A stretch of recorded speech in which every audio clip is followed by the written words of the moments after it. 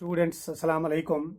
I am Farooq Ahmad Mir, lecturer economics, and today we are going to discuss about the objectives of the budget.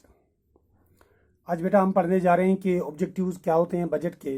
अब तक जो आपने पढ़ा what is government budget, और अब आज हम पढ़ेंगे स्टेट इट्स मैन ऑब्जेक्टिव्स में हम इसके ऑब्जेक्टिव्स को डिस्कस करेंगे कि क्या मकसद होते हैं गवर्नमेंट बजट को, ये किस लिए बनाई जाती है। ये एक स्टेटमेंट होती है बजट, जैसा कि आपने पढ़ा होता है कि जिसमें एक्सपेक्टेड रिसेप्ट्स को और expected expenditures of the government को दर्ज किया जाता है एक फाइनेंशियल ईयर के लिए। और जो फाइनेंशियल ईयर स्टार्ट होता है 1 अप्रैल टू मार्च 31।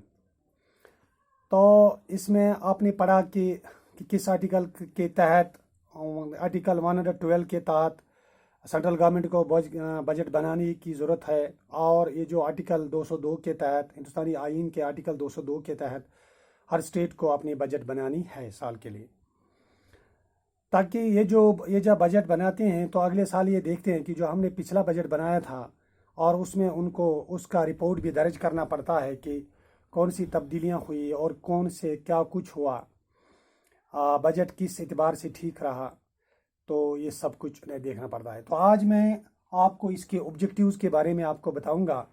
तो इसके ऑब्जेक्टिव्स में नंबर 1 जो है इसके ऑब्जेक्टिव्स में वो है redistribution of income and wealth. Redistribution of income and wealth.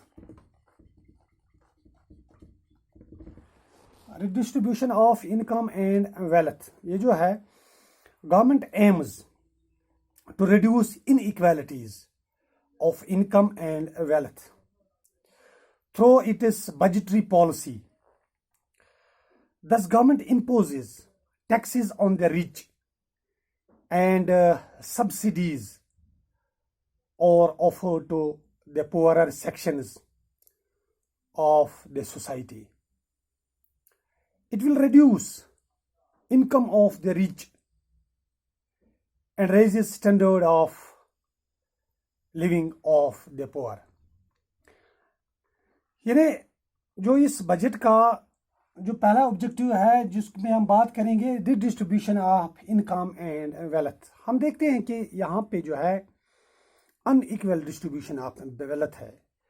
यानी अगर किसी अमीर के पास अमीरों के पास ज़्यादा माल व दौलत है और गरीब के पास कुछ भी नहीं है, तो गवर्नमेंट इस ज़मीन में क्या करती है कि वो इम्पोजेज ऑफ टैक्सेस करती है कि वो गरीब अमीरों के ऊपर ज़्यादा टैक्स लगाती है और गरीबों को सब्सिडीज़ मुहैया करती है। उन्हें सेल्फ हेल्प ग्रुप्स के लिए बाकी जितनी भी स्कीम्स हमारे 5 ईयर प्लान के तहत यहाँ पर इस्टेब्लिश की गई उनके तहत, यानी लोगों को सब्सिडीज़ दी जा रही है गरीब लोगों को,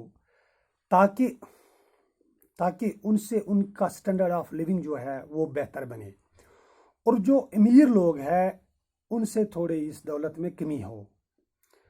तो ये है गवर्नमेंट का ये जो इसका एक ऑब्जेक्टिव है। तो नंबर 2 जो है, नंबर 2 की जब हम बात करते हैं reallocation of resources.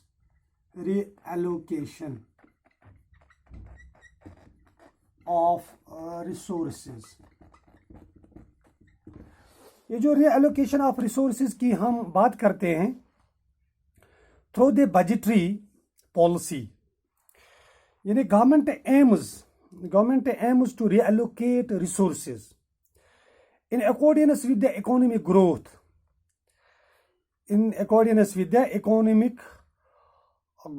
growth, or economic profit maximization and social means public welfare priorities of the country.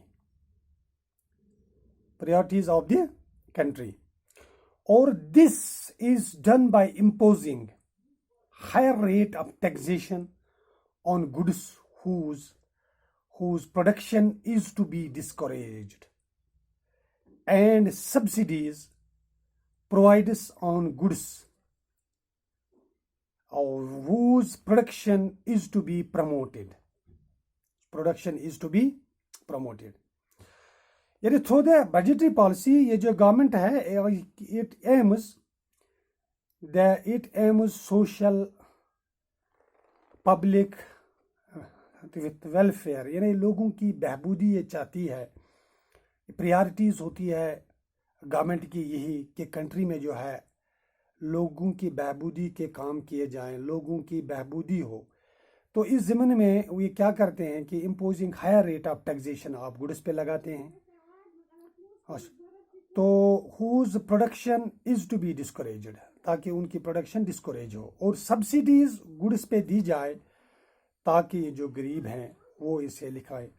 For example है कि ऐसे भी गुड्स हैं कि जिनको लगाया जाता है गरीब को, जिनकी आसाइश होती है और कोई फीस नहीं बनी, या वो जो स्ट्रीट लाइट्स होती हैं, ऐसे बहुत सारी चीज़ें हैं जिनको इनको लगाया जाता है। तो इसके बाद जो है नंबर 3 जो है वो है इकोनॉमिक स्टेबिलिटी। इकोनॉमिक स्टेबिलिटी,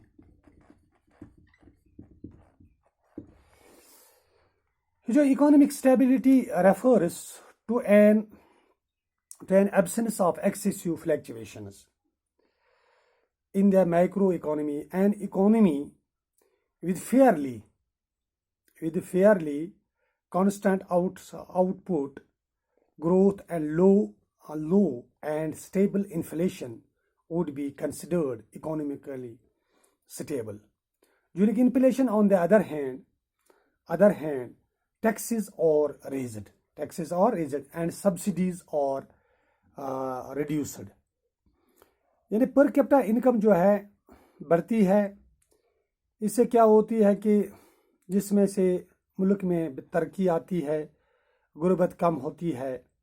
इस ग्रोथ को बढ़ाने के लिए इकोनॉमिक स्टेबिलिटी की बेनहायत ज़रूरत है, नहायत। तो इसके बाद जो है नंबर 4 जो है managing public enterprises.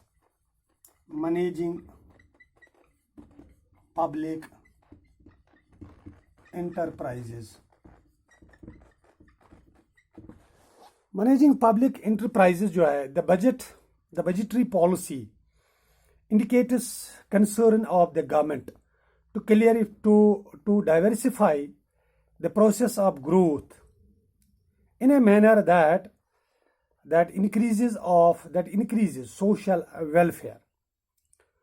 However, in case public sector enterprises or showing inefficiency and losses, the government may plan their privatization. यानी मैनेजिंग पब्लिक इंटरप्राइजेज जो होती है बजट पॉलिसी में मेन कंसर्न जो होता है कि गवर्नमेंट जो है वो डाइवर्सिफाई करता है ग्रोथ को उस ज़मीन में कि ताकि सोशल वेलफेयर इंक्रीज हो जाए, सोशल यानी समाजी जो बहबूदी काम हो उनमें उनको बढ़ावा मिले। However in case public sector enterprises और शोइंग इनएफिशिएंसी, अगर पब्लिक सेक्टर में ऐसी ये दिखाने में, सोशल वेलफेयर को बढ़ावा देने में इनएफिशिएंसी दिखाते हैं, तो उस ज़मीन में या अगर लॉस होता है पब्लिक इंटरप्राइजेज में, तो गवर्नमेंट ये प्लान करती है कि इनको प्राइवेटाइजेशन करती है, यानी इनको प्राइवेटाइजेशन करती है ताकि लोगों को बहुत ज़्यादा फ़ायदा हासिल हो। तो ये आज जो मैंने क्वेश्चन पढ़ा ऑब्जेक्टिव्स ऑफ द बजट, बड़ा ही इम्पॉर्टेंट क्वेश्चन है, पिछले साल आया भी था तो इस एग्ज़ाम में। तो इंशाल्लाह अब हम बात करेंगे आगे कंपोनेंट्स ऑफ बजट की, और आपसे यही गुजारिश करते हैं कि आप घर बैठे आराम से इन वीडियोस को देखेंगे और अपनी कॉपी पे इन्हें नोट करते जाएंगे। और मैं इंशाल्लाह ज़रूर लॉकडाउन खुलने के, स्कूल खुलने के बाद मैं कापीज़ को, आपकी नोटबुक्स को चेक भी करूँगा। तो आप घर में अच्छे से पढ़ाई कीजिए और अपनी सेहत की फ़िक्र कीजिए, अपनी पढ़ाई की फ़िक्र कीजिए। और children, thank you very much.